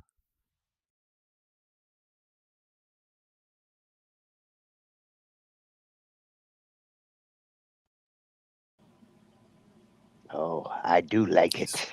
And I did hit subscribe at get.pro.recordings. Always like those A/B examples. Yeah, and can you believe how good that acoustic sounds? So clean and crisp. Some of the approaches and techniques, miking wise, I like that XY approach. Yeah. Not one I've been lucky enough to be able to try, but if I have to record acoustic in the future, I want to take that approach. Yeah. You have an acoustic in the house, don't you? Yeah. I don't know how to use it. Hey, you can start recording anyway. You don't have to know how to use it to start recording it. I need a quieter house though. His room was whisper quiet, and that guitar he picked up. It's funny the mic that he had to use the gain and put it up to 18. It was soft, but when you hear the signal, it was actually picking up. Um, it's sometimes that's why you gotta like have that boost or the other plugin, that widener. Use that shit all the time. Oh yeah, the widener's good. There was one I had, the Wow thing. We talked about it once before, that where it was a piece of hardware that when you send something through it, it'll actually bring that low end up. So like if you have a song where the bass was cut off, or it was like somebody played a recording through a phone and you can't hear any bass, if you play it through this thing, you can actually dial up the bass, and it also had a widener on it as well, where you just literally hear the songs go, just get huge. Yeah, these are side effects that nowadays certain mics like the Shure Sevens, the old ones that you needed the air to actually get the most out of the mic. You needed this extra $100 like The lifter, software cloud lifter, solution, yeah, just to actually get it to reach its full potential. They started building it in now, actually. So the newer models have that built in with a button on the back. So Yeah. Yeah. And I do like that he showed it both from expensive mic perspective and cost efficient mic. It's amazing. it's more about the technique is the point. Yeah. Yeah, yeah, and it's amazing what you can get out of the. I would love that $800 mic. That's one that's been in my Santa wish list for a long time. Sure. But the $200 mic, that's in my range. Yeah, and it's not bad. It's a lot better than the $34 mic for sure. Yeah, when it's all about getting the right mic for the job first, and then the price of the right mic is dictated by the mic that you need. And mics can last a long time. I mean, we've had, again, we use Shures mostly when we're on stage and all that, but whether it's the 57s that we're using for amps and all that kind of thing, or we also have cigar mics we use for other things. We have the drum mic setups, we have the vocal mics we use mostly, whether it's 57s, 47, 48s, whatever, 58s, 48s. But the point is that it's they take a beating and they just last forever, and it's the main thing is on and off stage, in and out of the cases, and just you have to treat the gear right, but if you treat it right, it'll last forever. And if you are using them in a studio, there's no excuse for like breaking them. Take care of that shit and it will last forever. On the stage, I do understand, like, thank God Shure makes tough ass mics and PVs. They can handle like being dropped and getting banged up a little bit. Now, not a lot of the people that we work with, but some of the people we work with would rather use their own mics, and that's totally fine. Like, bring your own mic. We're happy to set that up, hook up the wire. Our wire is your mic, no problem. Our stand, whatever, it doesn't matter. But the idea is that, we have them and we'll use ours all the time if you want. But if you prefer yours, use yours. That's the main thing. Yeah, and hopefully yours sound as good as ours. Because if I was the sound guy and I wanted our sound, the band sound, to sound awesome, and they're like, no, we want to use our piece of shit mics, and I'm like, well, hey, I've got these. Yeah, and that's the other thing though, is like, we mix so often, throughout the year with those mics specifically, because there are mics that you throw in somebody else's mic, you don't know what kind of response you're going to get. So you have to, you're throwing another unknown into the situation, where if we had your voice, which we don't know, coming through our mic, which we do know, through our system, which we do know, that gives us a lot more control than your voice that we don't know through your mic that we don't know into our system. It's just, it throws extra so many unknowns. I don't want to deal with that live. Because that's like the unknown. Those are the known unknowns, and then there's the unknown unknowns that we still have to deal with after that. Yeah. Well, live setup is we're gonna have to do another live night. Oh yeah.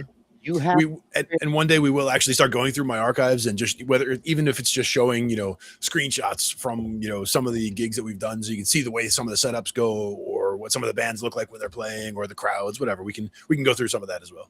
Yeah. I consider live like combat setup, where you're out in the battlefield pretty much. Yeah. And the good thing is, most of the places that we go to, like, we've been there before, and they know us, and they know we're no problem, and so we don't have to deal with a lot of stuff that you might have to deal with if you just show up at a place to do sound, and it's oh, you guys, you're in the way, this and that. Like, you get to some places a couple times where it's like it's a restaurant, right? And they have bands, but they're a restaurant. They don't really want bands because bands are taking, customers away from, that's tables they want to sit people at to make money, right? So, I get it that there's some places where they're having bands, but the staff doesn't really want the band to be there. So sometimes they just kind of rush you. And the band sells the drinks in a good bar. when they do, that's great. That's true. There were a couple that I talked to the bar owners when they had like open mics, for example. Like they had, oh yeah, they used to do an open mic over here for years, because sometimes open mics are great where people come in, they'll buy dinner, they buy drinks and everything else. They had these open mics where people would come in and they wouldn't even get water. Like they would just come in and just sit there, wait their turn, play, and then go home. So it was, I get where that could be a problem. They cancel it because it's not working out for that reason. But if everyone is in the spirit of the thing and doing, helping the business do business and helping the people have fun, everybody working together, that works out well. Yeah, it's part of the reason why you're there. Like, bars can still be the best facilitator for local musicians if the local musicians understand what they're bringing to that bar. Bring your friends. Yeah, there you go. Bring the crowd if you can. I mean, you shouldn't have to bring the whole crowd every time. Like any bar you're going to play at, they technically should have their own crowd built in on that night anyway, right? Yeah. But if you bring your own crowd, or if they have a particularly good night, then you're going to stand out in the owner's mind for the next time they need to fill a night, and they'll contact you guys. Yeah, and it actually benefits both the bar and the musicians. It helps to create a creative community. Some places even throw in food and drinks. You never know. Hey, you throw in a sandwich and I'm there. Yeah, exactly. So that was some awesome miking tips on acoustic. In the future, if I have a situation to do that, I'm going to be taking his tips in consideration. Now, you do remember when I had the Pro.recording. I'm sorry, get.pro.recordings. You remember that I had the Zoom H6 recorder back then when I was doing all the recordings from the live stuff. They have the mics in that configuration where they're crossed like that, and you can dial them from 90 to 180. So you can change the field just right on it just by dialing it on the actual mics. But the stereo sound that you get from that, because of the way it's aimed and because of where you set it in the room, it's amazing. Or where on the neck. It's not necessarily on the guitar hole. Yep. It's just off to the side. And if you think about it, if you were right over the sound hole, a lot of times that's where people are, that's where their hand is when they're trying to play. And we're trying to get the tone, the sound of the actual guitar. And that's where you're getting, right off of that, where the body meets the neck. Well, and some mics, their sweet spot is to the side. It's not like, there's only certain mics that are designed for precision, like capture right in front. A lot of the mics we're talking about here, their sweet spot is to the side a little bit. Yep. And that one they were talking about, the side, is straight rejection though. So they were just trying to look at the side here and get the, get the recording from the left side bounce and the right side bounce and just completely reject the straight signal. Yeah. I reject you. None. None for you. We will be visiting Get Pro Recordings again, because definitely got a mixer night coming, and there's some great stuff in here on the mixing side. All right. I liked his tips there, what he was doing post deal with the signal. Exactly. And even just, the gain and the more gain. I mean, there's plenty of times where we've all dealt with signal that was too low somewhere. And, you try to push the gain as much as you can, but you're running into problems where that's kind of a serial gain situation where you can make that happen. It's a catch-22. If you up your gain on something that's got a weaker signal, yes, you do bring the gain up, but sometimes you actually have equipment that starts to sound like shit when you push it that hard. You got to kind of find that sweet spot where you're getting the capture that you want, and if you have to boost it afterwards, that's okay. It's easier to boost a little bit where you need to than to try to get rid of clipping and bullshit that you really don't want to have to push too hard on. And you don't want to have to fight against the stuff coming up from the noise floor either. I mean, you don't want to have to, he was talking about the de-esser for string noise, which we talked about a little bit. And that's one of those things that, whether it's that or whether there's other kinds of, unwanted noise coming in, you're going to boost all of that as you're pushing up that gain. So you got to watch that too. That's the pain in the ass when it comes to mics, because when you do have to give them more gain, everything comes with it. And it's like, I like the tone I'm getting from this mic, but I don't want the whole room in there. Yeah. I mean, musicians breathe. They have a bad habit of breathing while they play too. And I mean, that gets in the recordings too. You know, some people breathe very loudly. Damn it, you musicians, stop breathing. Can't you hold your breath for 4 minutes? Come on. You got to train yourself to be able to do that. And focus on your playing while you're about to pass out. Yeah. So to finish things off tonight, you know, we have mentioned Anastasia so often in some of our other topics, and I was like, you know, we've never actually brought up the channel and shown it. The one video that caught me in the last couple of months was this idea of a ternary computer, right? Not binary. There's 3 bits to this logic, and it's something I've thought for years. Like, why do we work in binary? And there is reasons for it. But it's interesting to see the history that she goes into here on this idea has been around for a long time, and it's now being reevaluated. Yeah. And the way we talked about before, you know, certain problems are better dealt with a quantum computer. Certain problems are better dealt with a classical computer. You'll have the same kind of situation where there will be certain problems that are probably better set for a ternary computer. But I don't think it's going to necessarily be the everyday replacement for every machine that's out there. Well, it's kind of like what we saw with like these different AI models a couple weeks ago, and well, this is a cool different way. It's not a large language model, but is it going to work for everything, or is it a specialty thing? And quantum computers was the reason I went to her channel in the first place, because exactly, she really dives into like the cutting edge of computer processing. At Anastasia in tech. If you're into tech and you haven't already followed this channel, you're missing out. Yeah, exactly. Lots of good videos. Yeah, just looking at the ones that are here is like, we've covered some of these. Exactly. But with this one, a ternary computer, the idea that it's not just on or off. There's a middle layer that allows for more combinations. With binary, you technically only have 4 combinations. With this, you open up the ability to give more instructions at the same time. Binary gives you yes and no ternary. Is that yes, no, and both, or yes, no, and maybe? Yes, no, and you know, other. It's the maybe part of it that fascinates me. And you know, now with AI logic and everything going on, it's possible that on the AI side, the logic there might appreciate having a maybe in its decision making. Mm-hmm. Yep. Too soon to tell. It's like the magic 8 ball. Too soon to tell. Ask me later. Processing. There you go. Recalculating. Let's see what she's going to take us down a little history tour, and then, you know, look at where this concept could be going. Nice.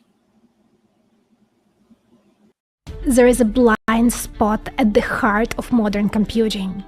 For the last 70 years, every computer chip on Earth has been built on the same foundation: binary. Just zeros and ones. And no one ever questioned it. But what if that was just a historical accident? What if computers wouldn't stop at 2 states? What if they had a third? That's the idea behind ternary computing. And this simple idea could unlock levels of efficiency binary could never touch. And it's not just a theory. Decades ago, the Soviets actually built one. And today, this story taking a very unexpected turn. Subscribe if you're curious, and let's get into it. Imagine the Soviet Union in the 50s. They had a strong start. They built one of Europe's very first digital computers. Soon after, they released the BESM-1, a machine that outpaced America's best computer, UNIVAC-1. But this triumph didn't last. And here is the real reason. At the time, in the US, IBM was cranking out computers by the thousands. Meanwhile, in the USSR, every machine was almost handmade, built with scarce parts and no scale of production. At this time, at Moscow State University, engineer Nikolai Brusentsov and his small team were cornered. Binary mainframes were too costly, sealed inside government labs. Academia couldn't get near them. That's when Brusentsov chose to fight back, to build a new kind of computer, simple enough to build it with the scraps he had, cheap enough that students could finally put their hands on it. Brusentsov searched for answers, spending months on finding a new way forward. And that's when he met Sergei Sobolev, a brilliant mathematician who introduced him to ternary mathematics, a system built not on 2 states, but 3. This moment was like discovering a color TV in a black and white world. Suddenly, there was a whole new dimension. And together, they began exploring how this elegant idea could be turned into a working computer. What's interesting, Brusentsov argued that binary was just a historical accident. Relays and vacuum tubes had only 2 states. That's how 0 and 1 logic became the default. And since then, nobody questioned it. But Brusentsov and his team did. They started to work on Cytun, the world's first computer to run on 3 logic states. -1 for no, 1 for yes, and 0 sort of for both. We will dive into the details of how exactly it works later in the video, but for now imagine that each bit, so-called trait, can represent now 3 states instead of 2. That means more data can be processed in each computing step, and math can be done with fewer moves. Even negative numbers in this case don't need an additional sign bit, so subtraction and addition became naturally easier. And soon Brusentsov realized that this elegant math could turn into circuits that were simpler, more efficient, and far cheaper to build. After 2 years of non-stop work, in 1958 they finally unveiled Cytun, the world's first ternary computer. Production began the following year at the Kazan Mathematical Machines factory and lasted for several years. The hardware was primitive by today's standards, just 2,000 magnetic elements and 100 germanium transistors. But here is the thing. Cytun came live on a very few components, and it was at least 10 times cheaper than the binary machines of the day. Based on this paper, the Cytun used about 30% fewer parts than a binary machine. It was radical, but it worked. In 1959, the Soviets had something the West didn't: a working ternary computer. About 50 units were built and sent to research institutions. But then reality hit. The fab had no interest in scaling up the production, and the Cytun was just discontinued. And that's really sad. It didn't fail because it didn't work, but because the Soviet Union lacked both the ecosystem and the political will to push it forward. And it also failed because the world had already chosen binary. Memory, transistors, software, the entire stack was locked into 2 states. So Cytun never really stood a chance, and it just faded into history. Fast forward to today, and now AI is burning through energy like there is no tomorrow. Data centers are pushing power grids to its limits. And once again, computing is hitting a wall. The same wall Brusensov saw in the 1950s. Binary might not be enough. And this time, with advanced chip manufacturing and new semiconductor materials, three-state logic might finally have its moment. And Huawei just proven that this might be possible. Let me show you. Every computer chip today is built of tiny devices called transistors. And these devices switch between two states. A classical transistor does it by switching at a certain threshold level. You can think of threshold level as of person's patience level. Imagine you annoy someone just a little bit, so nothing happens. But if you cross this level, boom, and you get a reaction. That's exactly how a transistor works. That's the foundation of binary logic behind all modern chips. Now imagine, a regular transistor has just one threshold level, just like a regular person. But if we want to build a ternary computer, we need to add something extra. We need a device that can clearly tell apart three different states. How do you do that? By giving a transistor two threshold levels instead of one. And that's the magic to unlock three states. And from there, you can start building the entire computer in ternary logic. And this means you have to rebuild all logic circuits, including memory, so it can switch between three states instead of two. And wow, that's quite some work. And here it's getting exciting. Huawei just released their new ternary chip at 7 nanometers. And we will have a look into how it works exactly in details in a moment. But before that, have you ever wondered how much of your personal information is out there online? Your name, home address, phone number, even information about your family members could be floating around online. This happens because data brokers collect and sell your personal information without you even realizing it. And this exposes you to risks of data breaches and personal security. That's where Incogni, the sponsor of today's episode, comes in. Incogni helps you to regain control by removing your personal information from the databases that brokers rely on. I use it myself, and you will be surprised how simple it is. You sign up, authorize Incogni to act on your behalf, and they send data protection law-compliant requests to these companies, forcing them to remove your information from their databases.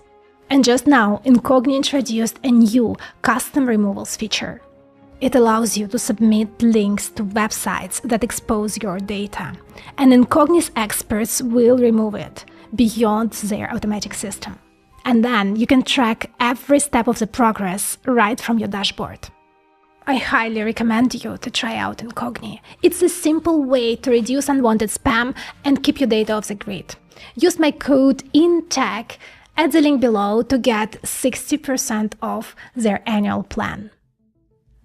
For decades, ternary logic was trapped in the lab. Clever, but impossible to scale. Over years, old patents from Soviet pioneers and even IBM have long expired. And just recently, Huawei released a new patent, brand new patent for a ternary chip. The trick here is special devices, special transistors that have not one but two threshold levels, and this allows chip to distinguish clearly between three different states. And from there, they rebuilt all the building blocks, including logic gates and memory. A ternary memory cell can now hold 3 values instead of 2, packing more data into fewer space. Let's make it real with one simple example. AND gate. And this actually takes us back to the Cytun computer, which also featured these kind of gates. Here we picked this particular AND gate because it's very simple, basic, but at the same time essential part of every computer chip. Without AND gates, computer can't make decisions. Its job is simple. Only if all inputs are true, then it gives me true. So you can trust it. In binary logic, with zeros and ones, it's very simple, and it's basically just 4 possible combinations. In ternary chip, things get spicy. Each input can be -1, 0, or +1. This gives us 27 possible combinations. In this new setup, AND gate returns you the lowest value. If at the input you have +1 and +1, you get +1. If you have +1 and 0, you get 0. Anything with -1, you get -1. As you can see with this simple example, now each bit carries more information compared to binary, meaning high information density. This means you can do more with the same amount of input wires, and this results in more compact chip circuits and more efficient designs. Huawei's new patent showed that their new chip used 40% fewer devices, 60% less power, and ran 20% faster. But here is the thing about patents. Patents are tricky. Now, for example, in my startup, we are deciding what to patent and what not to patent, because whatever you patent is publicly available. That's why the biggest breakthroughs often never get patented. And this means there can be a lot more going behind the scenes which we haven't seen yet. And that's exciting. Subscribe to the channel right now to stay up to date with the most exciting updates in technology. In fact, the biggest promise of 3-state logic is efficiency at scale. And right now, training massive neural networks is a multi-million-dollar power bill. Ternary chips could slash the energy bill and speed things up. In a data center, that could mean cutting power use by a third, while boosting throughput. That sounds almost too good to be true. And that's where the story takes a turn. Ternary chips are still digital, but because they use 3 states, they sit halfway to analog. So we have digital chips which are binary, just 2 states, we have analog chips which have infinite states, and in between sit ternary chips. This could be a perfect trade-off, but there is a catch. Noise. A ternary device has to distinguish between 3 different states, not just 2. And even the tiniest noise or manufacturing flaw can blur them, causing errors. Building reliable 3-state logic at scale is brutally hard. And don't forget, today's entire semiconductor ecosystem is built for binary. Software, memory, compilers, everything. That was a challenge in the 1950s, and it hasn't gone away. The solution here could be graphene. And carbon nanotube transistors, one of the most powerful tricks nature gives us for electronics. These are tiny, rolled-up sheets of graphene, just a few nanometers wide. And these are a perfect match for ternary logic, because their size naturally decides how they switch. And by changing the diameter of a nanotube, you can clearly set 3 logic levels. That makes them perfect for ternary logic. In fact, advantages of graphene go way beyond that. Graphene itself can move electricity incredibly fast, even at very low power. And for any kind of chip, that means cooler processors, longer battery life, and big energy savings in data centers. That's why TSMC and IMEC are betting on it as one of the strongest paths for the post-silicon era. And it's not just talk. One of the recent IEEE papers showed a ternary chip built with carbon nanotubes transistors at 32 nanometers. The result? 45% less area, 30% less energy for the same AI operations binary chips do today. And that's not an incremental step. That's a big leap. So, will ternary replace binary? Let me know your thoughts in the comments. Probably it will find a way alongside binary for the applications where we need it the most. Because history shows us that the biggest revolution in computing and beyond coming not from having more of the same, but from daring to try something entirely different. And the same goes to you. The next big leap in your life or your career may come from one thing everyone else is too afraid to try. Connect with me on LinkedIn and check out my newsletter. We send it out weekly. All the links you will find in the description box below. A lot of good stuff. Now check out this deep dive in the future of US chip manufacturing, or this one, deep dive into the robotics, the insane technology behind the first human clone. And I will see you there. Ciao. Oh, ciao. Ciao. Always great information. I chow down on her information, man. Oh yeah, absolutely. Such good stuff. I mean, we've talked about the chip design process before in several of her videos. I mean, I've watched many of her videos as far as whether it's the chip design, whether it's the industry, all that stuff. What I'm interested in with the ternary stuff is that is much higher information density. When you're looking at just that AND gate was a great example of, the 4 states, or all of a sudden you get all these other states where now everything becomes much more complicated, yes, but it also becomes much more information dense. And I love how she shows it visually and her analogies to understand complex things here in a layman's term. Her analogies make it easy to understand what the computer's trying to do. The visuals help me to understand, wow, that's how they're building them. And at such a precise, tiny level, it is all about efficiency and getting that CPU and all the other stuff to be as efficient as possible. And again, noise does introduce problems, and introduces more problems, it seems, when you get to that double state issue, because now a little bit of noise can push you over the first state or over the second state by accident when you're trying to stay in the lower state. And that's where you start getting inaccuracies when you start pushing down to the smaller and smaller dimensions. The smaller they try to make the chips, it they gets end up harder having and more harder difficulty. to make them. Right, exactly. And there can be problems with the voltage and all that. There's all kinds of problems that you get when you start making it smaller and smaller. So they run into issues and have to completely redesign at that point. But they come up with new ways to do it, where first it's this way, then it's that way, then they do the gate all around, and they have all the different trial processes and error. Right. Trial and error. And better ways. They find better ways to do things, and as they do, this may be one of those, again, better ways to do certain things. It might not replace everything, but maybe it will be something to add alongside what we're currently doing. I think her assessment that it's going to be a complementary approach depending on what you're trying to do, and there are going to be some situations where this kind of processing approach may work better than the current binary approach has done.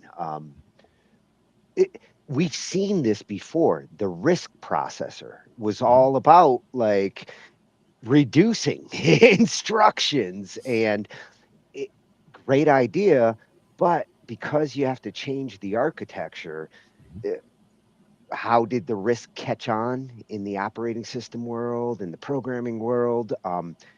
You saw some of the same problems here, where this is an interesting idea and it does do things more efficient, but you got to get the right things on board in order to be able to develop this technology beyond just proving you can do it.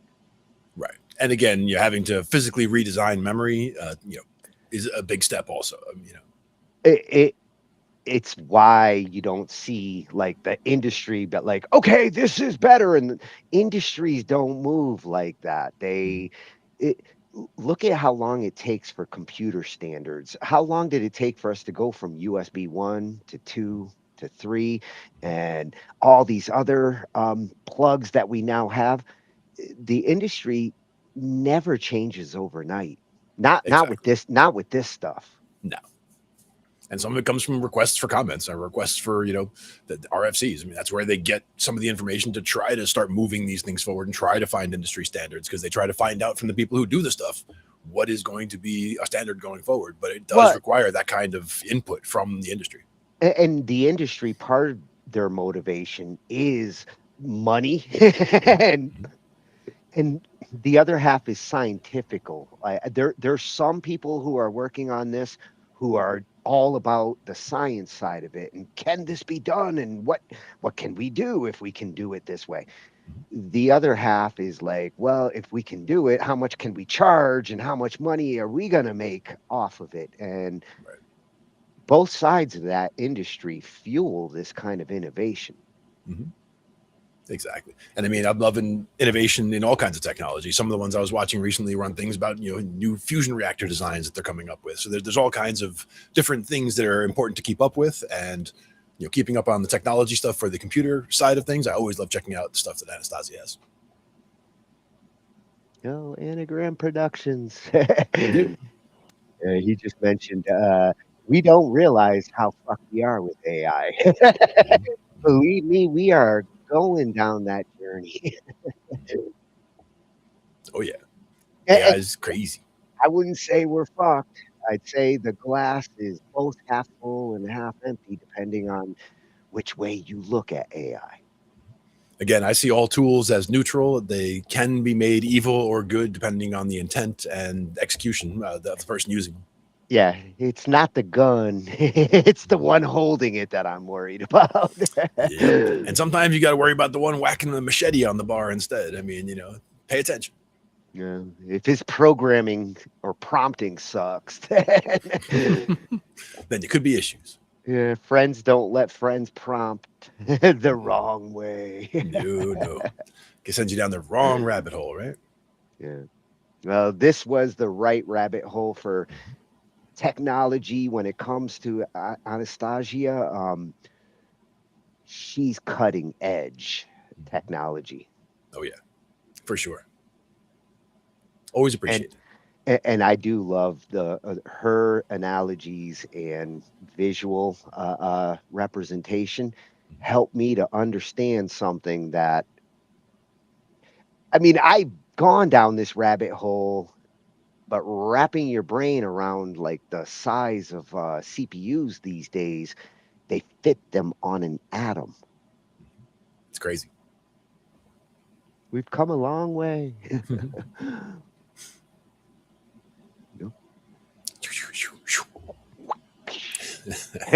There you go. So that was a nice mix of technology, a little sad news. Or I don't know if I'm sad yet with Native Instruments. That's got to play itself out. The Adobe Animate, I felt like this is the end of an era, and we're in the 21st century now. Exactly. And again, I can see many reasons why a company would step away from stuff going the way AI is going right now. I wouldn't want to be in a company that's pushing all in on animation because of how easy it's gotten to do stuff very with a prompt. The big problem with the big companies versus the small ones, like we saw with the cabinet makers, Adobe's got its feet in so many ponds that when a company that big has to make decisions on, okay, we got 20 billion less than we had last year, their decisions there sometimes can cut whole product lines. Exactly. And, they have to do what they have to do. That's, part of corporate survival as well. Yeah. Just like with these types of computers, they have to be able to make a profit off of it. Otherwise, they got to get a lot of funding and grants, and that takes work too. How about those circuit boards from the Soviet days? I mean, would you buy something like that? You see that copper coiling? Somebody did their work. Exactly. I mean, that is the handcrafted chips back then. Yeah. In Soviet Union, motherboard makes you. Exactly. But again, all made handcrafted with love, kind of like the amplifiers, like we saw earlier. Yeah. Yeah, and with old school like that, you kind of have to do it by hand. It's too expensive to develop a machine to be able to manufacture it. Yeah. Well, when they talked about, not wanting to scale it up, it's like, yeah, no, I mean, they saw how much work it took to make those in the first place, and like, oh, scale that up to do 1,000 times that many next year. They're like, no. Scaling was the big obstacle back then that now has changed in a dramatic way. So something like this that would have needed to scale back then and just been impossible. We now live in a time where scaling, that's part of the job. Like we bought this equipment so we could scale. We knew the problem beforehand. We knew we were going to need to scale. Yeah. And that's thinking ahead. When you do your homework on what you're buying or buying into, then you're prepared to grow. Exactly. And growing is what we do here on Thursdays. Oh, yes. One day I will catch up to Glenn. That's right. 6'6". Keep going. I need like at least a foot to be competitive. There you go. I went to a friend's house the other day, and their ceiling, like in here, I have 9-foot ceiling, so I'm just used to it. Just walking around is very, very freeing having a 9-foot or cathedral ceiling.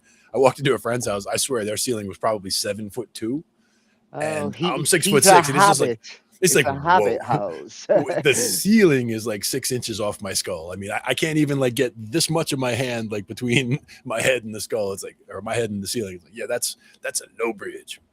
It's a hobbit house. The doorways weren't as low as a hobbit house, but we did have one gig out in Pennsylvania that we used to do where it was such an old building that they had like the back room where we were performing had a doorway that was literally here, like the top of the doorway. Like I would not hit my head on the door. I would hit like my nose on the door. Better if I be just paying attention. Yeah, so I had to like duck completely under to get out of that room, and then go out and get a beer, and then come back and duck all the way under to come back in. So I made sure to get two, so I don't have to go back and forth as much. Oh yeah, if I'm going to get beers while I go through that door, by the third or fourth one, I might forget. And you don't want to forget, because again, with that, if I was wearing a hat, it would be a problem because you wouldn't see it. You're looking down, hat on. But without that, I mean, you can't miss it because there's wall right there. Only ceiling lower than that was at grandma's house. The basement had a 6-foot ceiling, and I mean a 6-foot ceiling where the ceiling is at this level, and it's like, yeah, no. Knowing you would walk through the door and it would now have a little circle at the top. Exactly. I have hit a couple things that hard. A friend of ours did that one time down a flight of stairs at some bar that we were doing a gig up in Vermont. Comes down the stairs, and I mean the building like rang like a bell, like the dong. And it was like, no. He's like, oh my God, sit him down, relax, make sure he's not bleeding. Oh my God. You need an aspirin. He had a splitting headache for sure.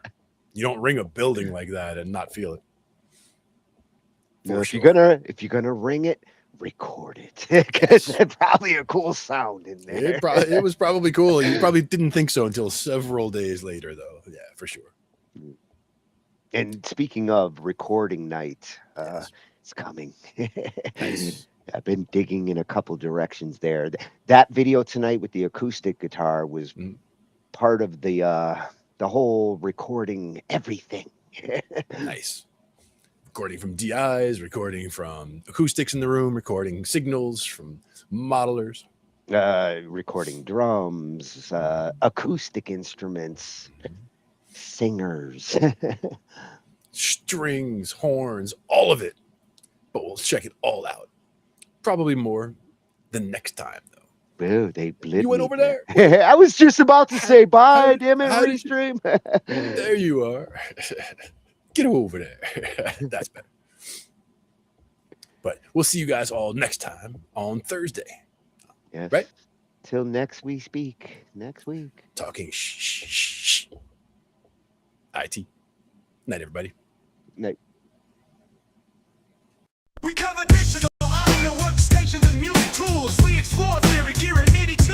How to arrange, compose, and the art of arranging. Taking a look at AI and how the times have changed. On a PC or a Mac, and even with a mobile device, we'll be talking about it all every Thursday night from software to plugins and synths that entice. Dive deep into tech and let creativity take flight. Talkin' IT.